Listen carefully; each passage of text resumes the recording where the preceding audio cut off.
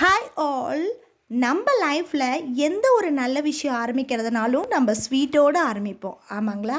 அது நம்ம பர்த்டேவாகட்டும், இல்லை நம்மளுடைய எக்ஸாமில் பாஸ் பண்ணிட்டோம் அப்படிங்கிறத சொல்கிறதாகட்டும், இல்லை நல்ல ஒரு ஜாபில் ப்ளேஸ் ஆக போகிறோம் அப்படிங்கிற ஒரு விஷயத்தையும் நம்ம எப்படி கன்வே பண்ணுவோன்னா ஸ்வீட்டோடு மற்றவங்கக்கிட்ட அந்த விஷயத்த கன்வே பண்ணுவோம், ஆமாங்களா? ஸோ ஸ்வீட் எடுங்க, கொண்டாடுங்க. எதுக்கு ஸ்வீட் எடுக்கணும், எதுக்கு கொண்டாடணும் அப்படின்னு தானேங்க திங்க் பண்ணுறீங்க?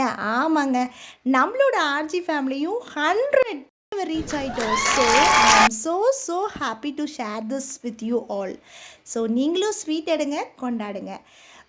இன்றைக்கி எந்த இங்கிலீஷும் சொல்ல வேணான்னு தான் நினச்சேன். இருந்தாலும் இந்த வீடியோ முடியறதுக்குள்ளே நான் ஒரே ஒரு இங்கிலீஷ் மட்டும் உங்களோட ஷேர் பண்ணிக்கிறேன், ஓகேங்களா?